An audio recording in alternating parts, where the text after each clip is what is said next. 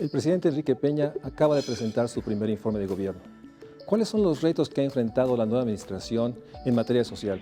De eso hablaremos con la secretaria Rosario Robles. Para iniciar, los invito a ver el siguiente reportaje. Indígenas y mujeres pobres, discapacitados, menores de 18 años sin escuela y adultos mayores carentes de seguridad social sobresalen como los grupos de población más vulnerables del país, de acuerdo al Consejo Nacional de Evaluación de la Política de Desarrollo Social. Más de 5 millones de indígenas se encuentran en situación de pobreza. De estos, 2.6 millones son pobres moderados y 2.5 millones están en el rango de pobreza extrema. 3,5 millones de discapacitados son pobres con un ingreso inferior a 1.400 pesos en zonas rurales y 2.329 pesos en localidades urbanas.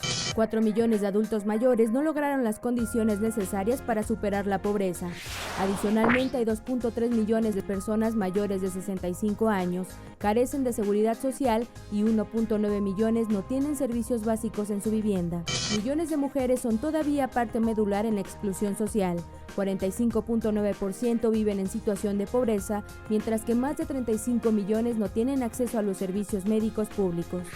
Seguimos siendo país de contrastes en situación de pobreza, pues la pobreza en las zonas rurales supera el 60% de la población, mientras que en las zonas urbanas es de 40.6%. En cuanto a la pobreza extrema, resulta preocupante que en el ámbito rural, en donde vive solo el 30% de la población, hay 5.8 millones, mientras que en las ciudades la suma es de 5.7 millones. Los contrastes también se dan en rezago educativo, acceso a servicios de salud, seguridad social y vivienda, pues los indicadores revelan un país dividido y fragmentado, por lo que es necesario acelerar el paso para lograr un país mucho más justo y equitativo. Los retos sociales son mayúsculos. La complejidad que tiene el país en términos de garantizar derechos se expresa una y otra vez en todas las estadísticas. Por eso es muy importante para todas nuestras personas que nos ven, que después de los primeros 9 meses podemos tener una reflexión con la Secretaria de Desarrollo Social. Te agradezco mucho, Rosario, que me acompañes en el Estudio México Social. ¿Cuál ha sido, después de estos primeros 9 meses, los retos que estás viviendo en la construcción, como el presidente lo fraseaba, de una política social innovadora? ¿Cuál sería, digamos, tu recuento de estos primeros 9 meses en términos de la enorme complejidad de implementar y operar lo que se está dando en una república tan extensa y diversa y heterogénea como la que tenemos?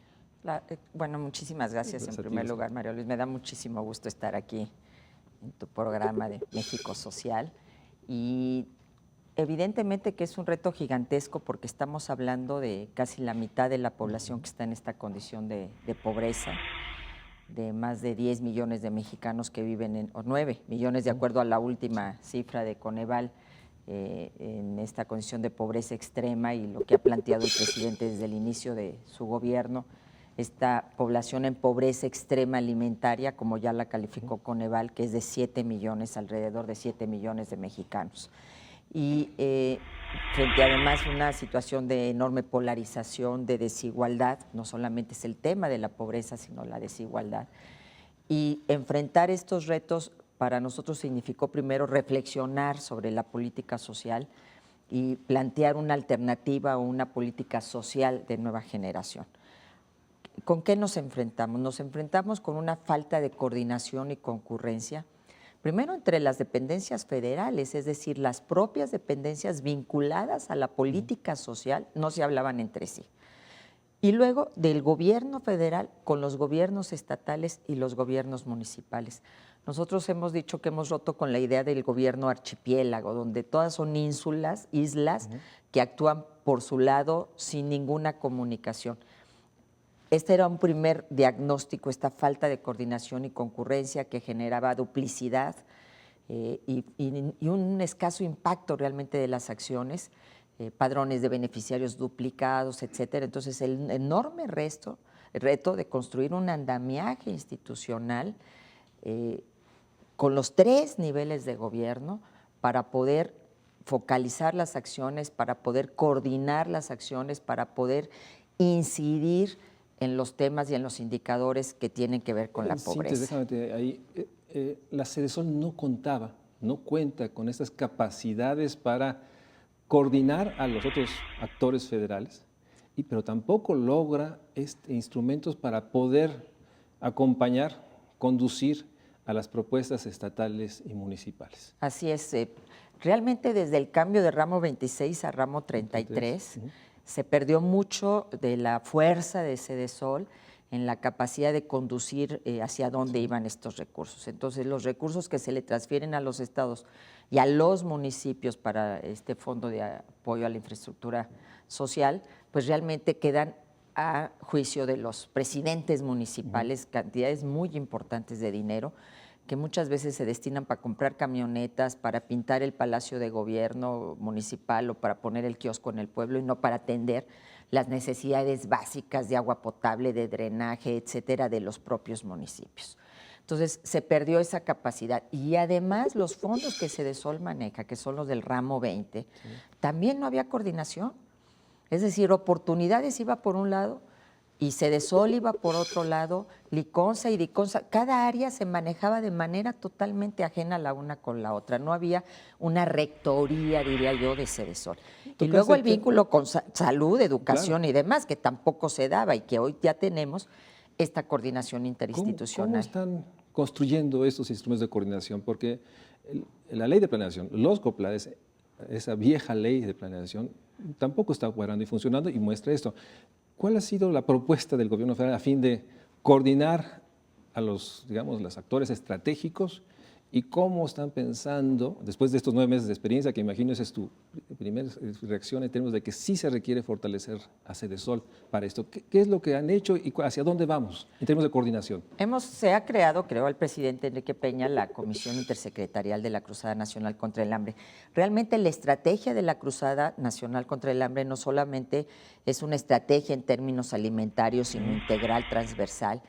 Así quiso el presidente que la concibiéramos precisamente para lograr esta coordinación. Entonces se creó la comisión que coordina Sedesol. Sedesol de alguna manera va normando, por lo menos en estos 400 municipios iniciales que involucra a la Cruzada, la acción de todas las secretarías. Explícame cómo funciona. Tú convocas a los secretarios para ver qué vamos a hacer en estos municipios. En esos 400 municipios en función de 8 indicadores. Es decir, y cada secretaría tiene su indicador o sus indicadores. Claro. Por ejemplo, la de rezago educativo, pues Sedesol no tenía ninguna injerencia, la tiene Educación Pública. Pero entonces, ¿qué vas a hacer para que en este municipio cuyo rezago educativo es del 40%, planteemos abatir, disminuir este rezago? ¿En cuántos años y cada año cuáles van a ser tus metas en estos 400 municipios?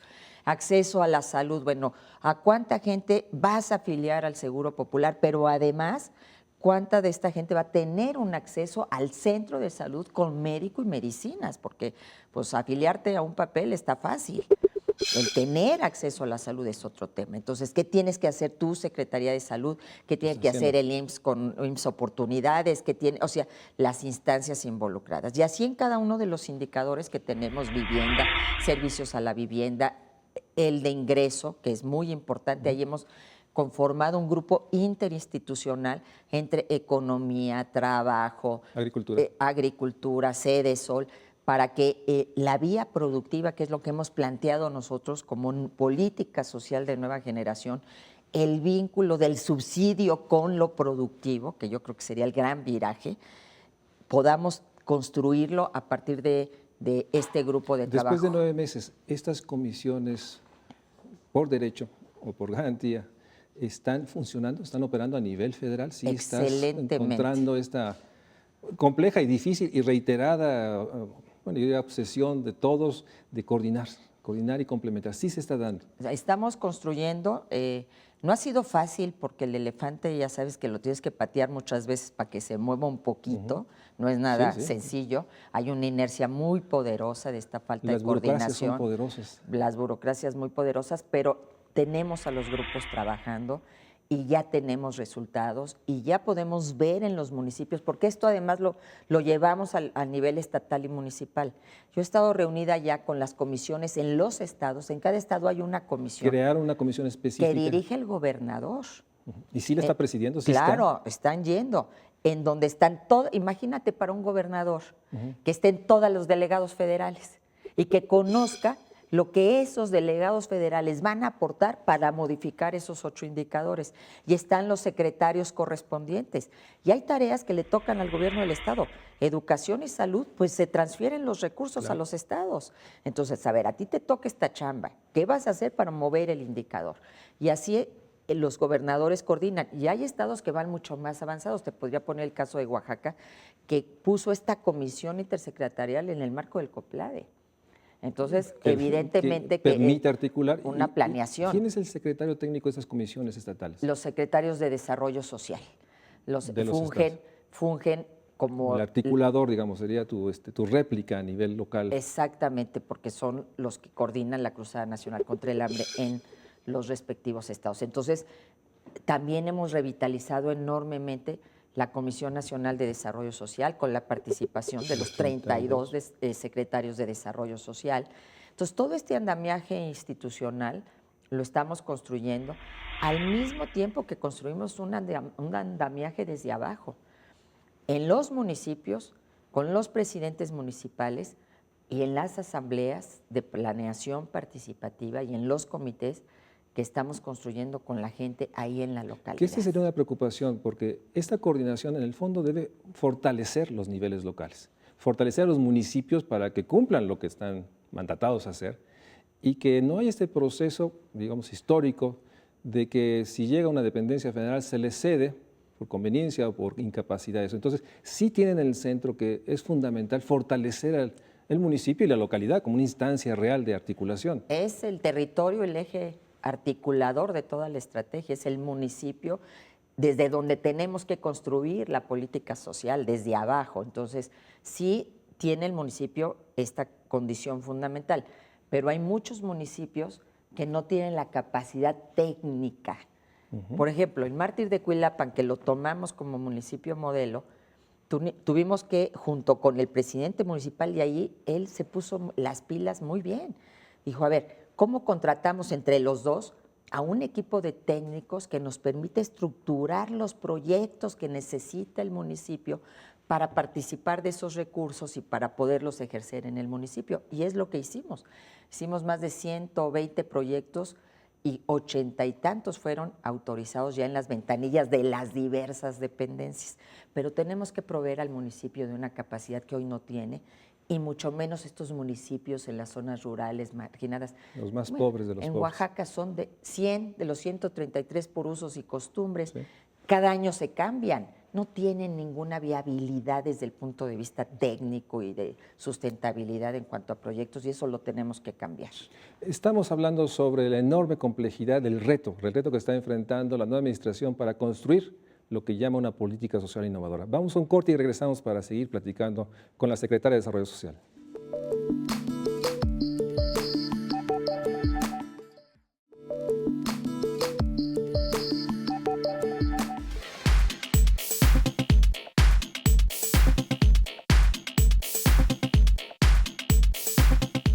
Empezar a que más niños tengan acceso a la educación para de esta manera acercarlos a la cultura y puedan generar fuentes de trabajo y tengan conocimiento. Para mí es desde la educación. Aumento de salario y más oportunidades de estudiar.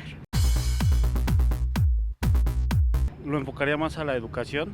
Siento que las personas con más educación tienen más posibilidades de conseguir mejores trabajos y por ende erradicaríamos la pobreza. Sobre todo pedirle al gobierno que implemente más campañas de trabajo y que realmente se acerque a la población para ver cuáles son sus necesidades, ¿no?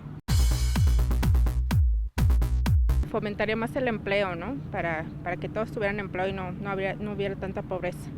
Crear más escuelas, otorgar más becas, más oportunidades de trabajo y más conciencia en los padres de que es importante la educación. Y lo hemos comentado muchas veces, hay dos temas que siempre surgen, empleo, educación e ingreso.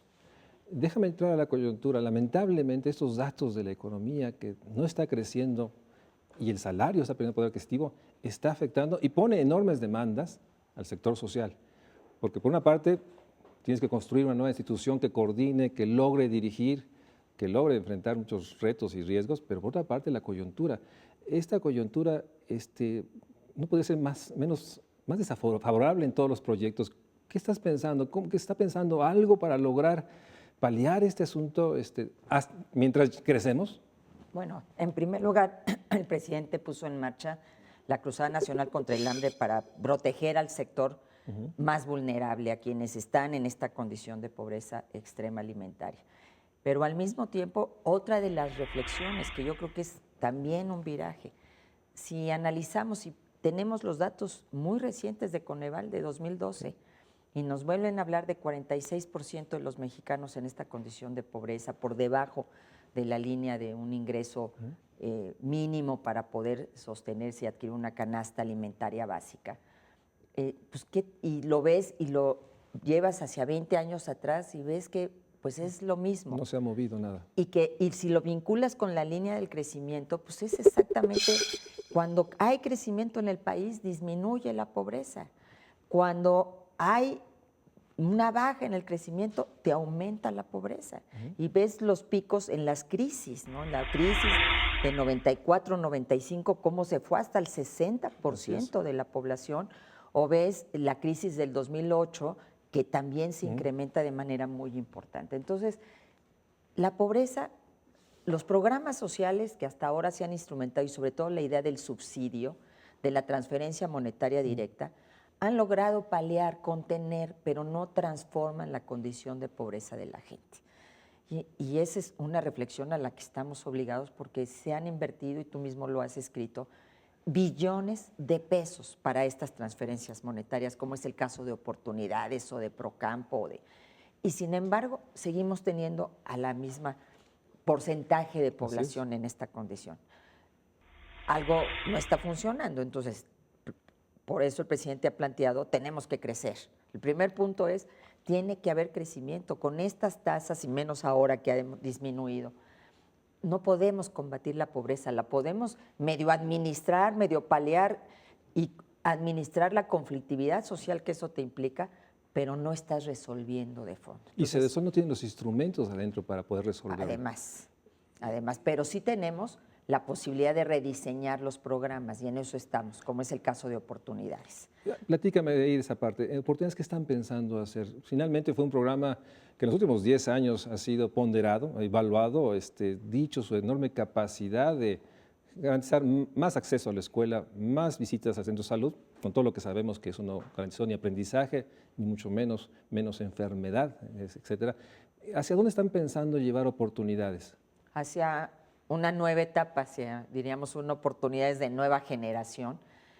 Primero, rompiendo el mito de que estas comunidades pobres solo pueden vivir del subsidio. Yo creo que esto es algo bien importante que tenemos que erradicar. Esa gente alimentó este país durante décadas. Produjeron los alimentos que consumíamos. Y es la misma gente que se va al otro lado y que allá es exitosa. Entonces, digo, no es la gente donde está el problema, es la condición y el contexto. Y entonces, ¿cómo vinculamos a estas familias que tienen oportunidades con una salida productiva? El 43% de las familias de oportunidades tienen tierra, Mario Luis, y no tienen los apoyos suficientes para producir. O sea, no están vinculados con los apoyos del sector rural. De Zagarpa. Entonces, ahora estamos trabajando con Zagarpa para decir, a ver, aquí tenemos clientela, este público cautivo. ¿Cómo le hacemos para que Oportunidades sea una plataforma temporal que los vincule al tema productivo? Y entonces estamos trabajando con Procampo y con otros programas de Zagarpa para hacer este vínculo. Segundo, cada año más de 150,000 jóvenes becados por Oportunidades terminan la educación media superior y hasta ahí llegan. Y los estudios te dicen que el niño que tuvo Oportunidades y el niño no Oportunidades, cuando llegan a ese punto se igualan, porque no hay continuidad en ese gran esfuerzo institucional y de recursos que se ha hecho para mantener al niño en la escuela durante 12 años. Niño joven, niño adolescente. Las mínimas oportunidades, ambos. Así es. Entonces, ¿cómo vinculas a estos jóvenes con una mayor escolaridad? Es decir, los sigues becando para que terminen una carrera o una carrera técnica, o cómo los vinculas con el mercado laboral o con el programa de emprendedores o con las empresas de carácter social, es decir, cómo les das una salida productiva. Y por otro lado tienes más del 80% de los beneficiarios de oportunidades son mujeres, que ahí están.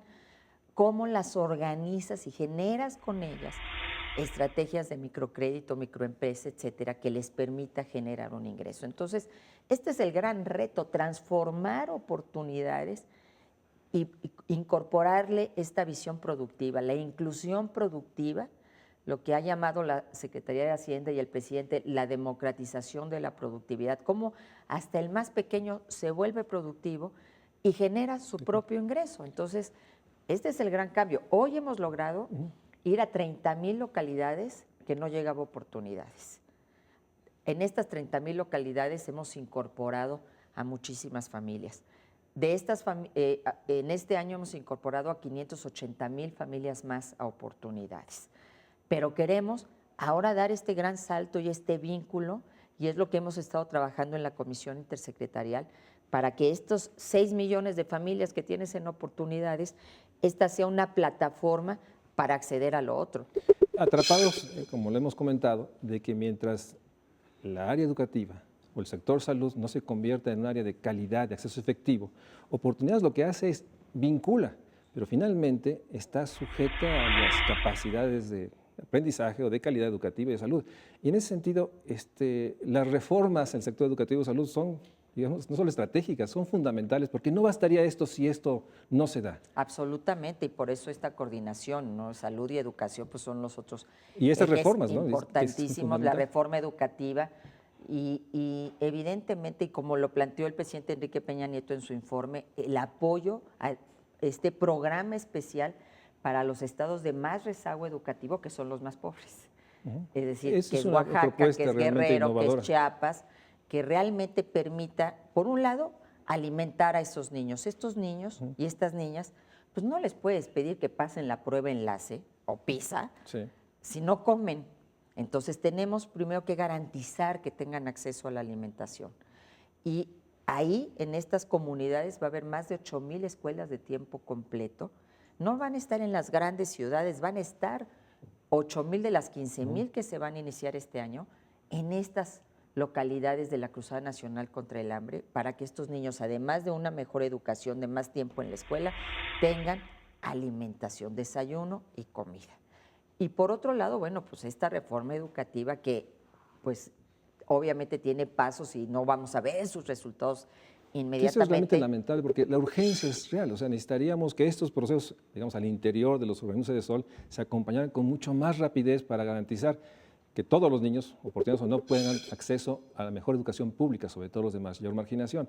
Y por eso también la reforma al sistema de salud o la seguridad social universal es urgente que se dé. De otra manera, va a ser muy difícil, por más que se reforme, porque finalmente sus niños van más años a la escuela, lo ha documentado mucha gente, pero tienen más aprendizaje. Pero no, hay miles de escuelas que son de un solo grupo, donde están desde primero hasta sexto año de primaria. O la telesecundaria, que tienen los peores indicadores, o las comunidades CONAFE. Y ahí yo creo que hay una reflexión como país también, Mario Luis. Yo creo que yo soy federalista totalmente, y la descentralización ha sido importante, pero el Estado como tal perdió una gran capacidad de rectoría sobre el tema salud y sobre el tema educativo. Por ejemplo, las escuelas, tú vas a los lugares y están destruidas porque ya a los gobiernos locales ni les alcanza ni les importa tanto como que la escuela esté bien, y porque todo eso se transfirió a los estados. Los centros de salud, muchos pues no tienen lo suficiente, todo eso se transfirió a los estados. Entonces, se tiene que centralizar funciones. Por lo menos tener otras. Una rectoría, ¿no? Una rectoría y esta articulación con los gobiernos estatales y municipales que permita ir a un objetivo común que todo el mundo comparta, porque tú lo ves en el imaginario de la gente. La educación, y nosotros nos tocó como generación y todos, es el principal mecanismo de movilidad social, y es como la gente puede o entiende que puede llegar a un mejor horizonte en el futuro, ¿no? Educación y finalmente un crecimiento con salarios dignos, o sea, el gran tema es el ingreso real. Y ahí tenemos uno de los grandes desafíos como país, como nación, que crecimiento sin salarios dignos, crecimiento sin sistema de salud pública y educativa fuertes, de calidad, universales, pone todo el esfuerzo de Sedesol en una enorme complejidad. Vamos a un corte, seguimos platicando con la secretaria de Desarrollo Social después de 9 meses de un esfuerzo de tratar de construir una propuesta que acompañe esta realidad, una complejidad social que, si algo reclama, es urgencia de concretar muchas acciones. Vamos a un corte.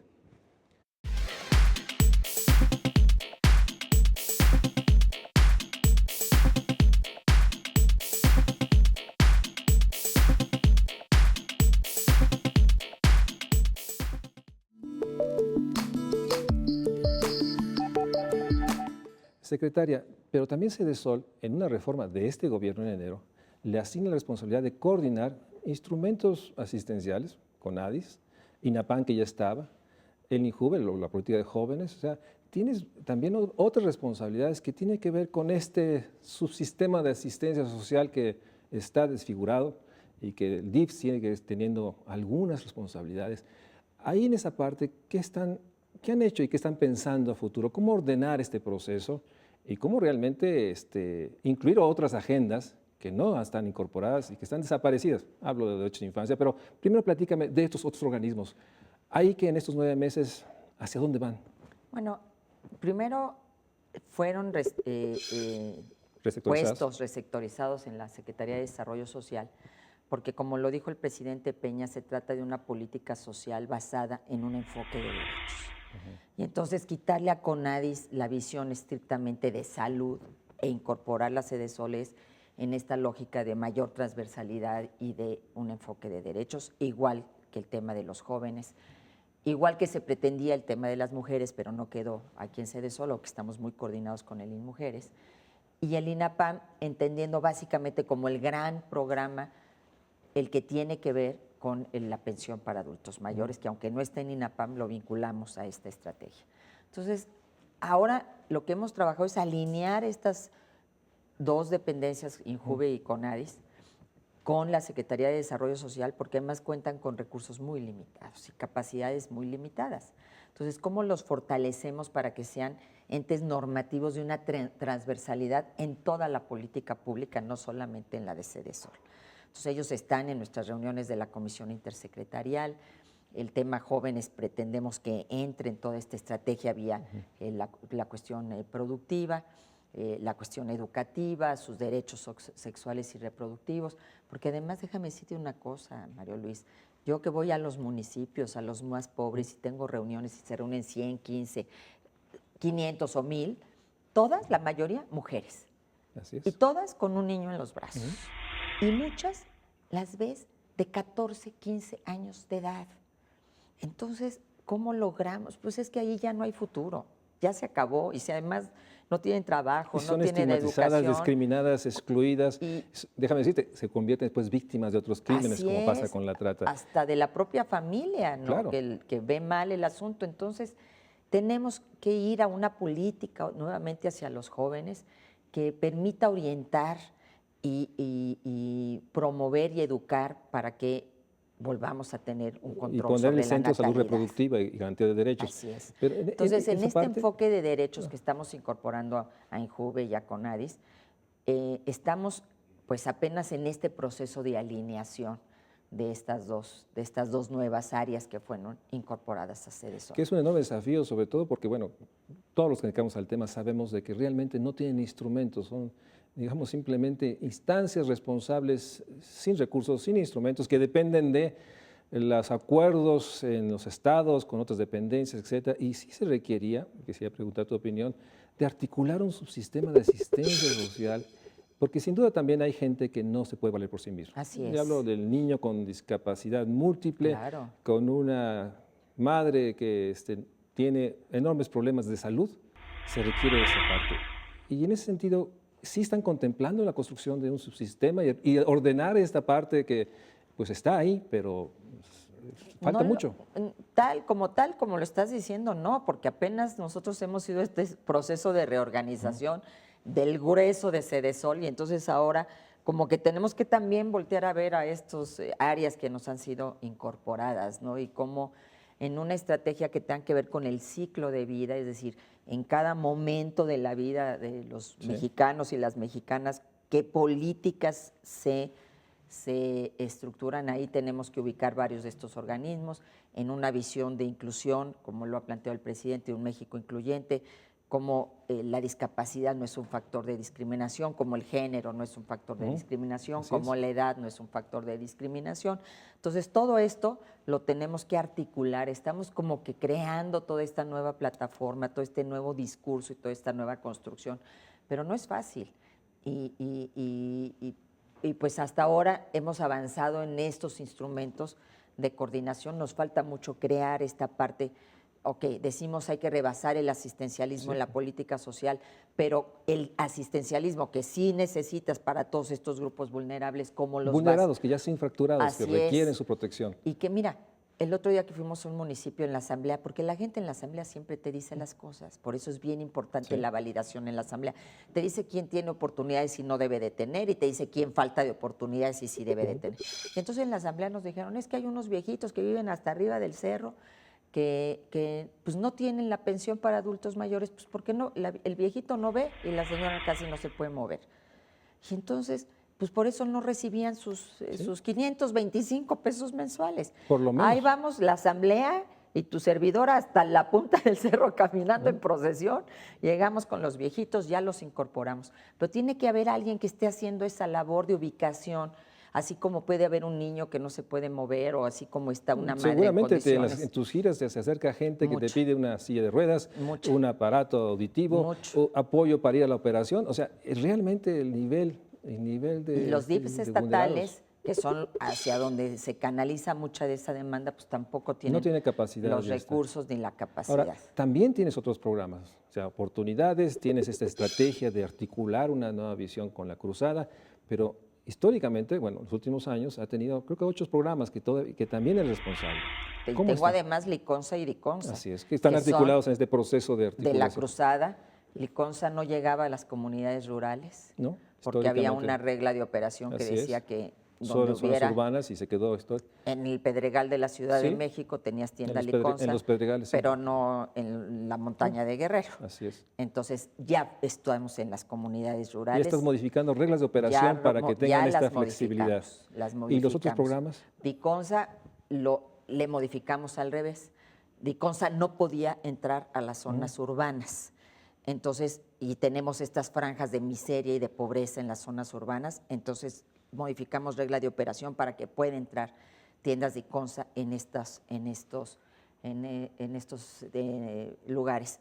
Establecimos la tarjeta Sin Hambre, que es un subsidio de 638 pesos al mes que tú le das a la familia que está en esta condición de pobreza alimentaria, y la intercambia por productos en Liconza, 13 productos básicos. No puede comprar ni papitas, ni cigarros, ni refresco de cola, nada. Solamente arroz, maíz, atún, sardina, esto implica un crecimiento leche. de Liconza realmente exponencial para poder ofertar esos productos. Tienes 25,000 tiendas comunitarias. Es una red extraordinaria y la hemos crecido en las comunidades de la Cruzada. Y por otro lado, los otros programas que seguimos trabajando, por ejemplo, el de desarrollo de zonas prioritarias, que es bien importante porque en realidad es el programa de vivienda de las zonas rurales, Mario Luis, es el que lleva el piso, el techo, el muro, pero entonces se hizo un gran esfuerzo por piso firme, pero si no lo acompañas de los muros y del techo, pues realmente ese esfuerzo es importante en piso firme, ahí se quedó. Entonces, ¿nosotros qué estamos haciendo ahora? Aquí hay piso firme, hay que terminar la vivienda. Llevar agua potable. No podemos llevar agua hasta la casa. ¿Qué otros sistemas podemos generar? Estamos haciendo ahorita una gran licitación para que recaudemos agua de lluvia en muchas de estas comunidades en las que llueve muy bien y que sin embargo no tienen agua en las casas, para que por lo menos se puedan bañar, para que tengan un huerto familiar. Hemos hecho una gran inversión en la relación con Conagua, te quiero decir que también es parte de esta coordinación. A ver, Conagua, aquí en estos municipios tú le estás dando el dinero al Estado para que el Estado haga la obra o el municipio. Necesitamos entrar nosotros para garantizar que la obra se haga. No sabes cuántos municipios ha llegado y la obra de agua potable está palomeada, se ejercieron los recursos y no hay obra de agua potable. O inconclusa, le falta media máquina y finalmente la comunidad no tiene agua. Así es. Entonces es lo importante que el territorio sea tu eje articulador, porque ahí te das cuenta de lo que verdaderamente está pasando. ¿Cuáles son tus ojos para ver el territorio? Porque tú estás viajando mucho yendo, pero... Sí, pero no puedo ir a todos lados. La estructura territorial se vuelve fundamental para conducir. O sea, tus delegaciones Las delegaciones... Cedesol están operando, están en esa visión. Estamos transformándolas porque no están capacitados. La estructura gubernamental no está preparada para un trabajo de tierra, que es el que nosotros estamos haciendo. Entonces, estamos reorientando, capacitando, reorganizando. Tuvimos que crear una subsecretaría de participación social y comunitaria, porque esos son los ojos. Entonces, traemos ahorita 15,000 jóvenes entre promotores y brigadistas y voluntarios, jóvenes de las universidades, para que no se dijera que era el ejército del PRI en las calles. ¿Qué están haciendo estos 15,000 jóvenes? Están haciéndose cargo de comunidades, de organizar las asambleas, de generar la participación, de que se promueva la organización en los comités comunitarios y de darle seguimiento a esa comunidad para garantizar que lo que se decidió en la asamblea y la matriz de inversión que tenemos por municipio se vaya cumpliendo. ¿Estos promotores son de la comunidad? ¿Cómo llegan a ellos? A través de las universidades.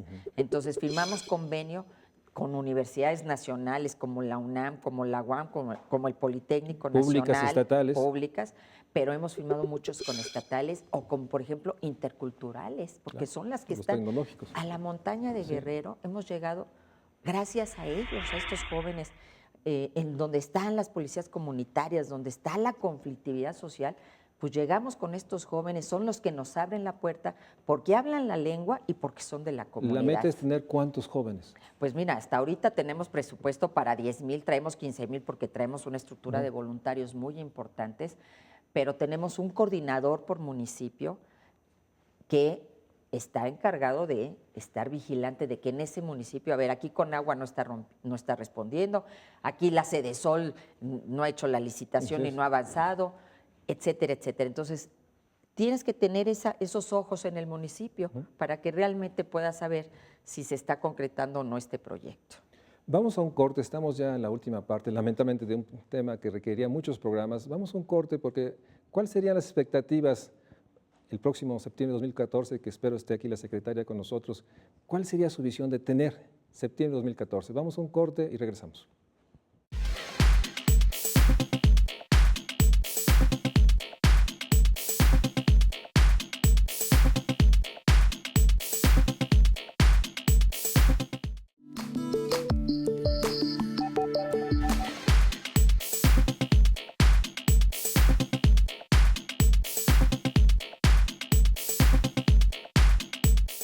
Estamos en la última parte de este programa de México Social.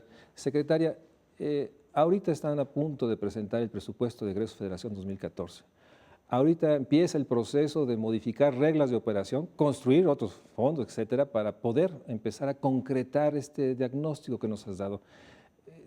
Quisiera que dedicáramos esta parte a tu visión de este 2014. ¿Qué esperas o qué están planteando en este nuevo ejercicio presupuestal que ya realmente debe responder a la visión del gobierno que está hoy a cargo del país? Bueno, evidentemente fortalecer los programas que tienen que ver con la Cruzada Nacional contra el Hambre, el de pensión para adultos mayores. Este año, ya te platiqué, o no sé, ya dije que sumamos 1.6 millones más de adultos mayores al programa a partir de los 65 años.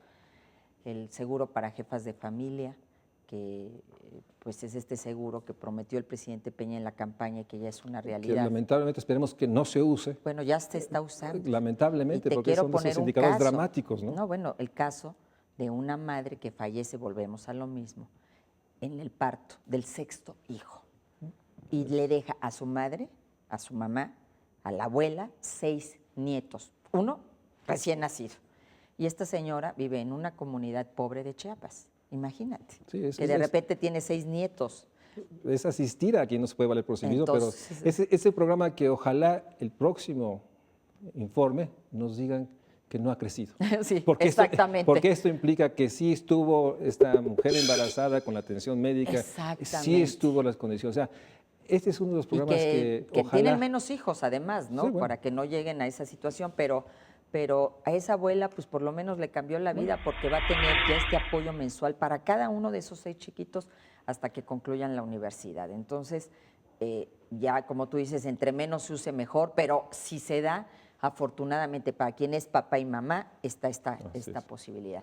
Entonces, todos estos programas se fortalecen. Hemos creado un nuevo programa que es el de comedores comunitarios, Queremos fortalecer el de zonas prioritarias porque está vinculado a la Cruzada Nacional contra el Hambre.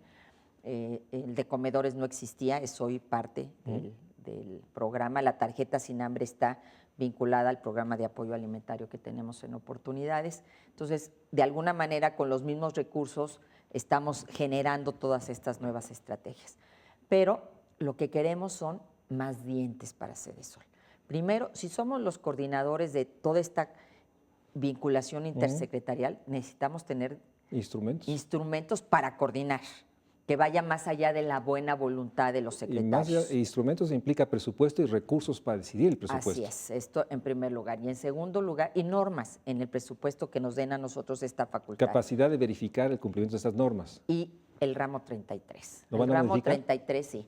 Es una propuesta que hemos ya platicado con el secretario de Hacienda y que por supuesto estará en manos de la Cámara de Diputados del Congreso de modificar el ramo 33 para que, si bien sigue siendo un presupuesto ejercido por los estados y sobre todo por los municipios, el fondo municipal, sea en torno a otra vez estos indicadores que son los que queremos modificar, estas condiciones, estos derechos a los que queremos que la gente tenga acceso. Sí. Entonces, ¿qué se va a hacer y cómo la Sedesol tiene una cierta normatividad sobre todo esto? No para hacer los proyectos, no para vigilarlos, pero sí para lograr que se orienten hacia estas prioridades que se establezcan en el municipio. Prioridades nacionales que establece el gobierno federal tengan con qué realizarlas. Que son los rezagos y las carencias que se miden además por Coneval y que ahí están, con sus limitaciones si queremos, pero finalmente son las que ahí están, que nos permiten medir cómo vamos en esta tarea. Entonces, esta es una parte importante del cambio que se va a pretender realizar hacia el año que viene y, por supuesto, la incorporación de este seguro social universal, que es otro de los planteamientos que se hizo en la campaña, que hizo el presidente Peña desde el primer día de gobierno y que tiene que ir presupuestalmente diseñado, acompañado de la reforma fiscal. Es decir, todas estas estrategias requieren dinero. De todo esto hablamos de recursos. Y la cobija, pues ahorita es la misma. Le jalas para aquí, le jalas para allá. Queremos un nuevo régimen fiscal para Pemex, queremos seguro social universal, queremos cruzada contra el hambre, pero seguro de desempleo. Seguro de desempleo, pero pues, si la cobija sigue siendo la misma, no nos da.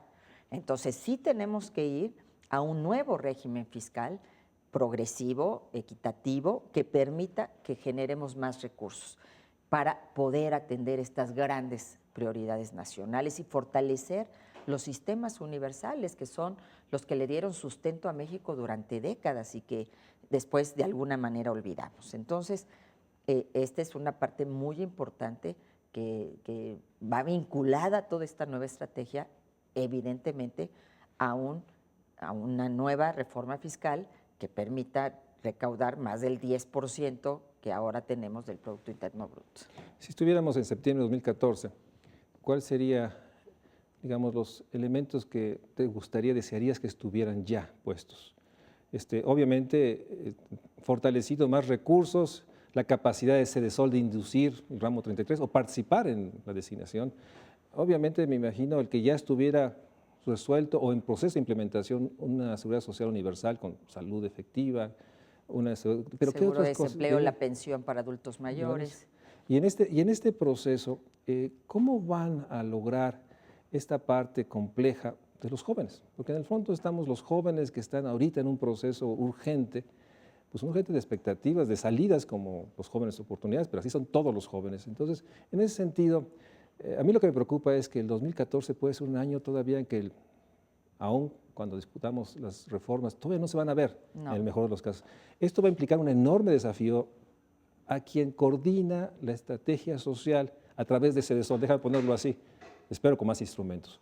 ¿Cómo vas a poder operar este 2014 o cómo crees que vas a enfrentar 2014 si tienes estos recursos?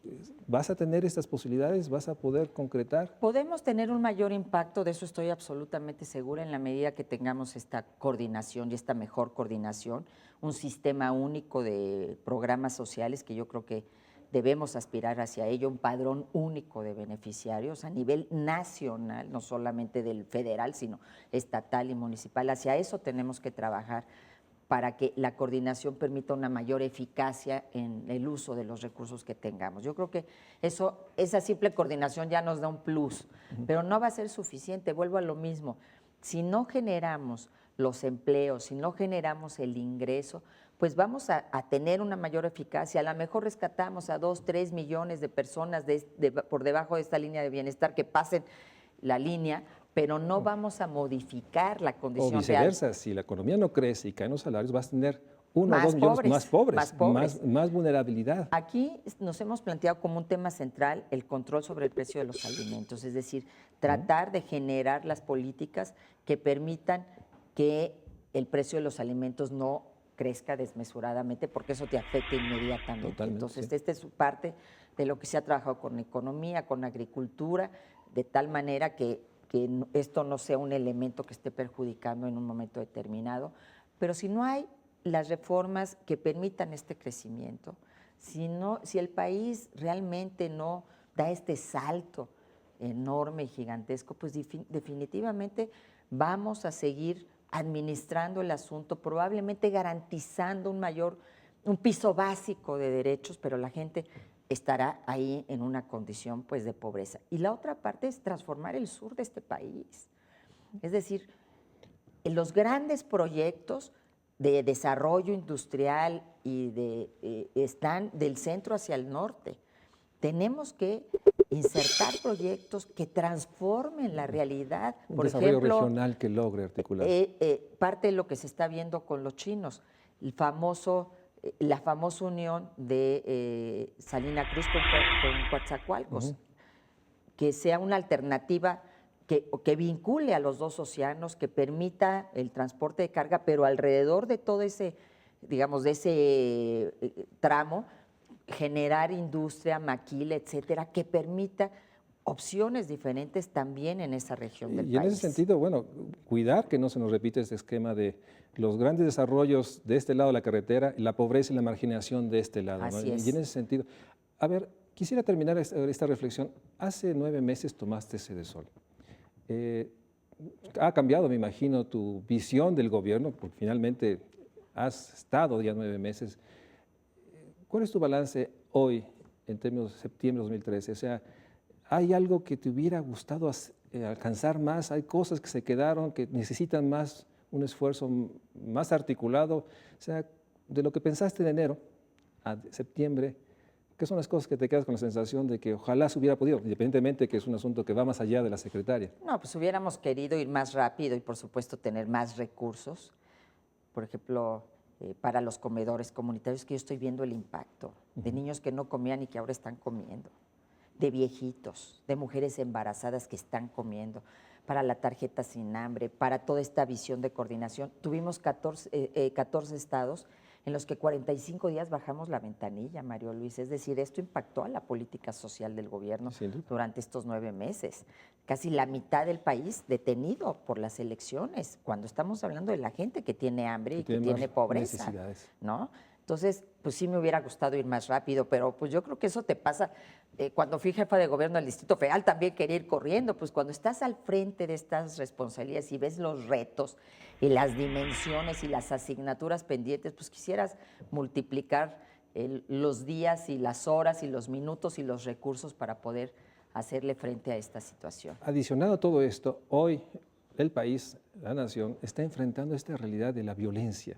Yo cada vez que veo estas notas de localidades, comunidades donde hay una gran violencia, eso también está afectando a los programas sociales. No se puede trabajar con estos climas de violencia. Es muy difícil y estamos hablando de violencia y estamos hablando de conflictividad social, estamos hablando también de romper esas clientelas de ahí abajo. Y te hablo de organizaciones de todo tipo, organizaciones de derecha, de centro y de izquierda, que no toleran que ahora sea la asamblea, que no controlan, que no manejan, la que gestione los recursos.